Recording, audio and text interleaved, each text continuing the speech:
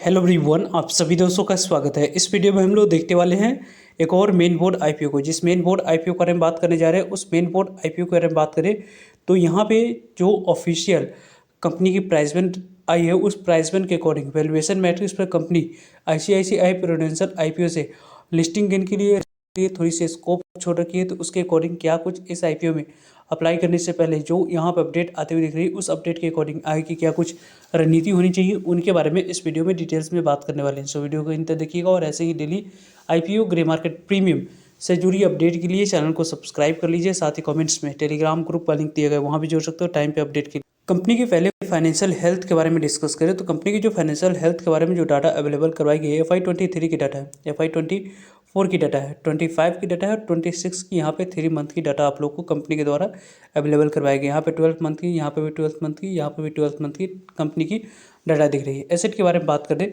तो कंपनी की एसेट पहले यहाँ पे 359 करोड़ के पास थी, देन यहाँ पे 483 करोड़ के पास, देन यहाँ पे 700 आपको 45 करोड़ के पास, और अभी आप लोगों को 793 करोड़ के पास कंपनी की एसेट दिख रही है। एसेट टर्म्स में यदि हम लोग डिस्कस करें तो लगातार कंपनी की कंसिस्टेंट ग्रोथ कंपनी की एसेट में दिख रही है। टोटल इनकम के बारे में बात करें तो इनकम किस तरीके से कैसी ग्रो कर रही है, तो पहले कंपनी की इनकम 1056 करोड़ के पास थी, देन यहाँ पे कंपनी की इनकम 24 में यहाँ पे 1056 करोड़ से 1390 करोड़, देन 1390 करोड़ से ऊपर कर यहाँ पे 1938 करोड़ के पास दिखी। और अभी यहाँ पे कंपनी की जो इनकम है, रेवेन्यू के बारे में बात करें तो 562 करोड़ के पास इस 3 महीने में दिख रही है, जो कि काफ़ी अच्छी है। कंपनी की प्रॉफिट टैक्स देने के बाद कितनी बच रही थी, तो पहले यहाँ पे 26.5 करोड़ के पास थी, 23 में, 24 में 37 करोड़ के पास, 25 में आपको 68 करोड़ के पास, और अभी आपको यहाँ पे 23 करोड़ के पास कंपनी की टोटल आपको प्रॉफिट टैक्स देने के बाद यहाँ पे दिख रही है। कंपनी की ईबिटा के बारे में बात करते हैं तो ईबिटा कंपनी किस तरीके से कैसी दिख रही है, तो पहले यहाँ पे कंपनी की ईबिटा 50 करोड़ के पास थी, देन यहाँ पे 71 करोड़ के पास देखी, देन यहाँ पे 125 करोड़ के पास, और अभी आपको 40 करोड़ के पास कंपनी की ईबिटा दिख रही है। ईबिटा टर्म्स में यदि हम लोग डिस्कस करें तो लगातार कंपनी की यहाँ पे ईबिटा बढ़ रही है, जो कि अच्छी बात है। कंपनी की नेटवर्थ के बारे में बात करते हैं तो कंपनी की नेटवर्थ पहले यहाँ पे 194 करोड़ के पास थी, देन यहाँ पे 291 करोड़ के पास, 298 करोड़ के पास, और अभी आपको 321 करोड़ के पास दिख रही है। रिजर्व एंड सरप्लस के बारे में बात करते हैं तो पहले 88 करोड़ के पास थी, 225 करोड़ के पास, 270 करोड़ के पास, और अभी 293 करोड़ के पास दिख रही है। कंपनी की टोटल बोरोइंग के बारे में बात करते हैं तो पहले यहाँ पे कंपनी की बोरोइंग 130 करोड़ के पास थी, 207 करोड़ के पास, 360 करोड़ के पास, 379 करोड़ के पास, यानी कि कंपनी की बोरोइंग के बारे में बात करें तो 1.17 कि यहाँ पे डेट इक्विटी कंपनी की दिख रही है। डेट इक्विटी के रेशियो में कंपनी काफ़ी अच्छी और साउंड यहाँ पर नहीं कर रही है, क्योंकि डेट इक्विटी के रेशियो में 1 से नीचे रहती है तो किसी भी कंपनी के लिए काफ़ी अच्छी डेट इक्विटी यहाँ पे मानी जाती है। कंपनी को यदि हम लोग देखें तो यहाँ पे इस कंपनी की जो फंडामेंटल है उनके बारे में बात करते हैं तो रिटर्न ऑन इक्विटी इस कंपनी की यहाँ पे 23 की दिख रही है। Return on capital employed company की आपको 17 के पास दिख रही है, और यहाँ पे डेट इक्विटी के रेशियो के बारे में बात करें तो 1.17 की, जो कि आने वाले समय में यहाँ पे कम होते हुए दिखेगी। कंपनी की रिटर्न ऑन नेटवर्थ 23 की है। प्रॉफिट आफ्टर टैक्स मार्जिन 3.51 की है, जिसमें इंप्रूवमेंट की ज़्यादा जरूरत है। इबिटा मार्जिन 6.35 की है।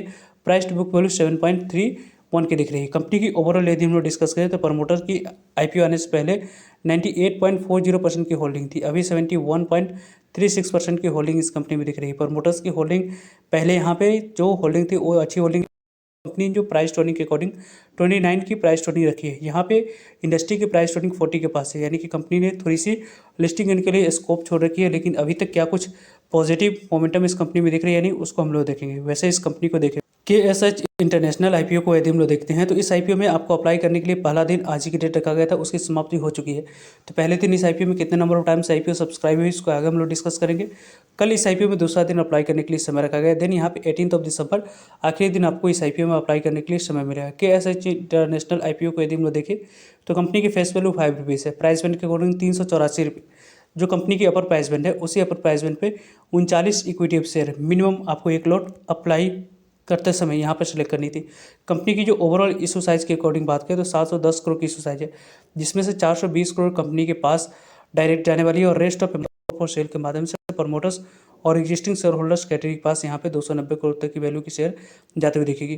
कंपनी की ओवरऑल यदि हम लोग डिस्कस करते हैं तो लगभग आपको 50% शेयर QIB को एलोकेट किया जाएगा, 35% शेयर रिटेलर्स को, 15% शेयर आपको NI कैटेगरी को एलोकेट करी जाएगी।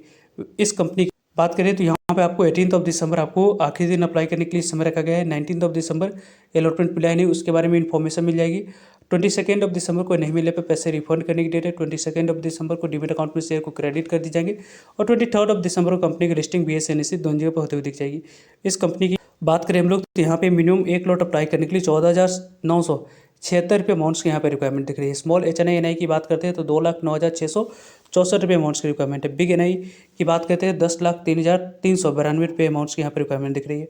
और वैसे भी इस कंपनी 15 दिसंबर को जो एंकर इन्वेस्टर के लिए विंडोज़ ओपन रखा गया था, उस विंडोज़ में आपको यहाँ पे जो शेयर एलोकेट किया गया 55,46,874 इक्विटी से 213 करोड़ तक की वैल्यू के शेयर एलोकेट किया जा चुका है, जिसकी 50% शेयर को सेल करने की अपॉर्चुनिटी यहाँ पे एंकर इन्वेस्टर को 18 जनवरी को मिलेगी और रेस्ट ऑफ 50% शेयर को सेल करने की अपॉर्चुनिटी 19 मार्च को नेक्स्ट ईयर यहाँ पे मिलने वाली है। अभी तक के रिस्पॉन्स को देखें तो यहाँ पे रिस्पॉन्स को यदि हम लोग देखते हैं तो एंकर इन्वेस्टर के बारे में तो ऑलरेडी हम लोगों ने डिस्कस किया है। 213 करोड़ तक की वैल्यू के शेयर एलोकेट किया जा चुका है। QIB कैटेगरी में अभी तक किसी भी तरह कोई पॉजिटिव रिस्पांस नहीं दिख रही। इस IPO के बारे में बात करें तो जो यहाँ पे रिस्पांस इस IPO में दिखनी चाहिए उस तरीके की वैसे रिस्पांस इस IPO में नहीं दिख रही है।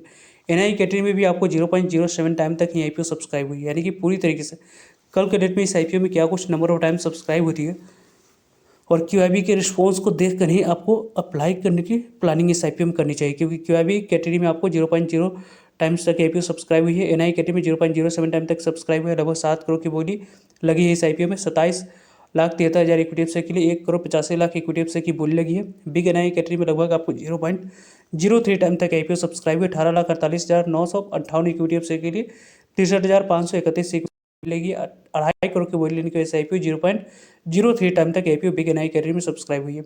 और स्मॉल NI कैटेगरी के बारे में बात करते हैं तो लगभग 0.13 टाइम तक IPO सब्सक्राइब हुआ है। 9,24,479 इक्विटी शेयर के लिए 1,21,602 इक्विटी शेयर की बोली, 4.5 करोड़ की बोली लेने की वजह से IPO 0.13 टाइम तक IPO स्मॉल NI कैटेगरी में सब्सक्राइब हुई है।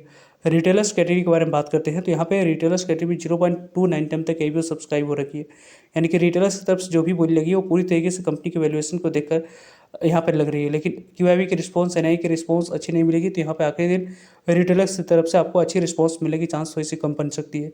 64,71,354 इक्विटी शेयर के 18,48,795 इक्विटी शेयर की बोलेगी। 71 करोड़ की बोली लेने की वजह से IPO 0.29 टाइम तक सब्सक्राइब हुई है। पहले दिन की समाप्ति के बाद IPO KSH international IPO 0.16 time तक सब्सक्राइब हुई है।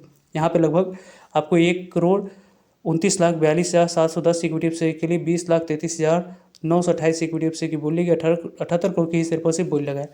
इस IPO में QIB के अलावा रिटेलर्स ने इस IPO में ज़्यादा पैसे NI कैटेगरी से ज़्यादा इस IPO में लगाते हुए दिख रहे हैं। लेकिन इस IPO में अभी आप लोग अप्लाई करें तो कल के डेट में जो रिस्पॉन्स है उस रिस्पॉन्स को देखकर ही आखिरी दिन अप्लाई करने की प्लानिंग करनी चाहिए। कल के डेट में जो भी रिस्पॉन्स आएगी उसके बारे में टाइम पे आप लोगों को अपडेट मिल जाएगी, क्योंकि अभी इस IPO जो ग्रे मार्केट प्रीमियम है उसमें किसी भी तरह कोई भी कारोबार होते हुए नहीं दिख रही। 0% के प्रीमियम पे इसके ग्रे मार्केट प्रीमियम दिख रही है। मिलता है एक नए इन्फॉर्मेटिव वीडियो में, तब तक के लिए जय हिंद जय भारत।